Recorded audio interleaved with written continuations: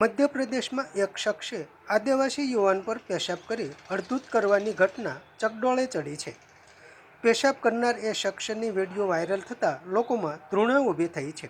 त्यारे मध्यप्रदेशना मुख्यमंत्रीए धृणास्पद घटनाना भोग बननार युवानने भोपाल खातेना मुख्यमंत्री निवासे बोलावी तेना पग धोई पूजा करी है तथा घटनाने वखोड़ीने राज्यना मुख्यमंत्री तरीके प्रायश्चित कर्युं छे, जेना वीडियो सोशल मीडिया पर वायरल पण थया छे।